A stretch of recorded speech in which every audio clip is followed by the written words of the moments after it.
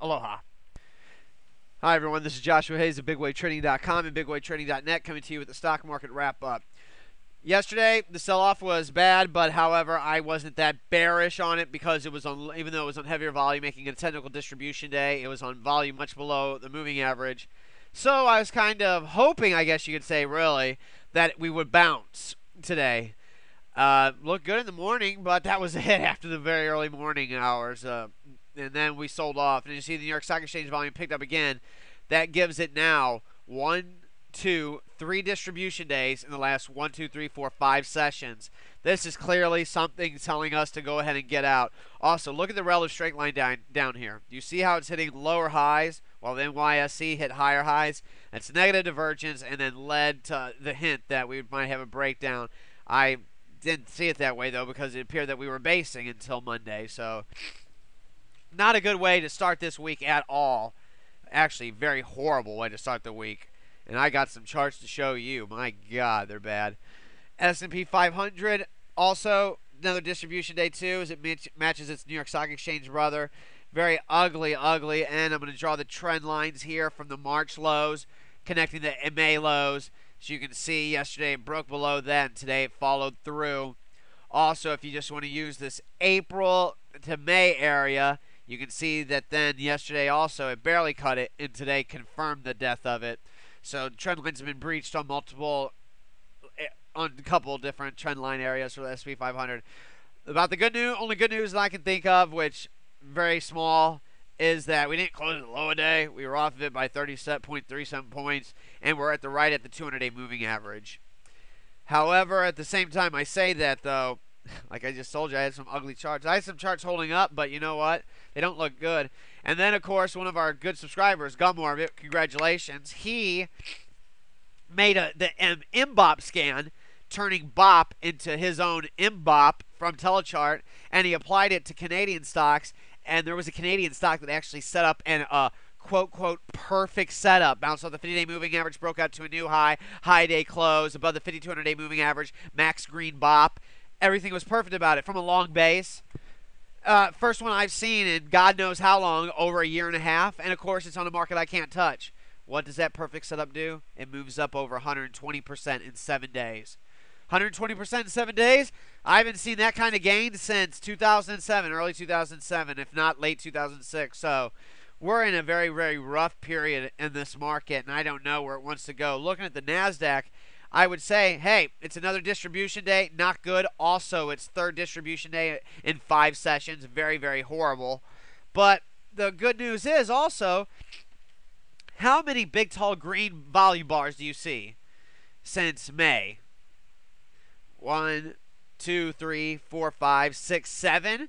How many big, tall, red bars do you see? 1, 2, 3, 4, 4. How many big, tall, red bars do you see in June? 0. How many big, tall, green bars do you see in June? 2, 3, 4 above average. 4 days above average volume. 1 day above average volume on the New York Stock Exchange. And on that day, it was down only 0.38%. So, on the NASDAQ. So, I'm not sure what to think here. I'd like to think that I'm still going to overall be bullish on the NASDAQ just for a little bit longer. Connecting this uptrend right here. Connecting the April, May lows. You can see it's still above it. Matches almost right up to the 50-day moving average. And while it's with the 50-day moving average and the 50-day moving average above the 200-day moving average, doesn't seem like I need to worry about too much. The only thing is that remember what I told you. A golden cross is not a true buy golden cross unless the 200-day moving average is also moving up, and then the 50-day moving average undercuts it as it moves up. This 200-day moving average is still drifting down. So technically, it's not a buy until it starts to turn up. Then the NASDAQ finds support here at the 50-day moving average. I don't care if the support comes before or after the 200-day moving up. You just need both to happen. So right now, I'm okay with the pullback, but I'm very nervous how much we've pulled back on low volume.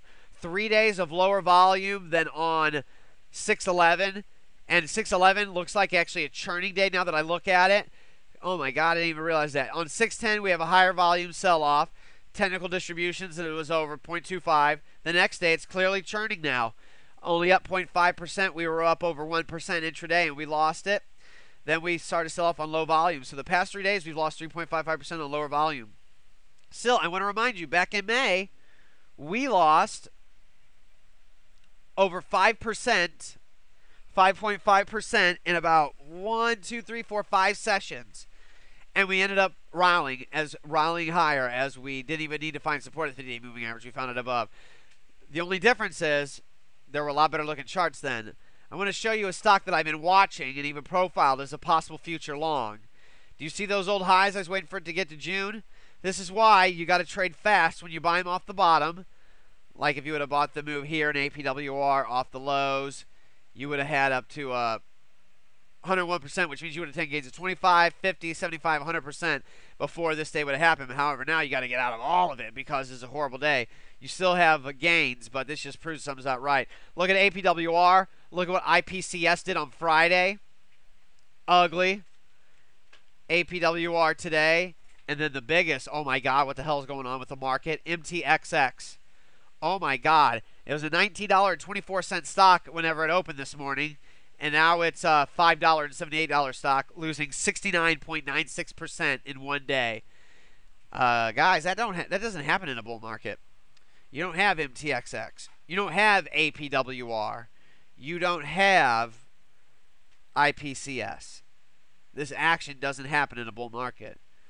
So we were on the very edge of becoming a very bullish uptrend to where I would have thought that we would have needed to continue to buy stocks. But now it looks like we're going to top. However, if we don't top, we're going to find support around these areas on the NASDAQ. 50-day moving average, 200-day moving average. Same with the NYSE and S&P 500. And the indexes should be able to find support, rally higher, and would go to new highs on higher volume. So I'm holding on to hope that the big, tall, green volume bars of accumulation will return like they've been in May and June and will go higher. However, chart patterns like this, and this did not exist in May. Look at May. Look at what IPCS looked like during the pullback. Look at APWR during the time of the pullback. Look at MTXX during the time of the pullback in May. So something has definitely changed. And I got to be honest with you, I was almost 100% long. Almost, not quite, as a lot of the spec longs off the bottom started to add up and do really nice. Let's see how like SNIC is basing out, so that's okay. But still, the way it loses its power is not good. Look at a RODM. Okay, it's still basing, so it's okay. So not everything is horrible out there, but it's just not good that we saw today. We didn't see this action in stocks like that during the May period. Look at the United States dollar, which I don't even know why we need to. You can see that it found intraday support, thank God, and it only closed down 0.58%. Platinum, as you can see, rose 1%. Silver, better day, 1%, still not extremely bullish. And gold, the strongest of them all, in my opinion, based on the action, up 0.73%, bouncing right off the 50-day moving average. See how much time we have. Gonna go ahead and need to wrap it up soon. Okay, so I'm gonna be back with part 2 and part 3, going over buys, shorts, sells, covers, if we have any of those. And in part 3, I'll show you some charts that are remaining in uptrends that we could possibly buy later on if things do stabilize. However, during the pullback in the market in May, we did not see the action that we are seeing the past 2 days in the individual stocks. So, about ready to become a bear again, I guess. I don't know. I would rather not, but we'll see what the market decides to do.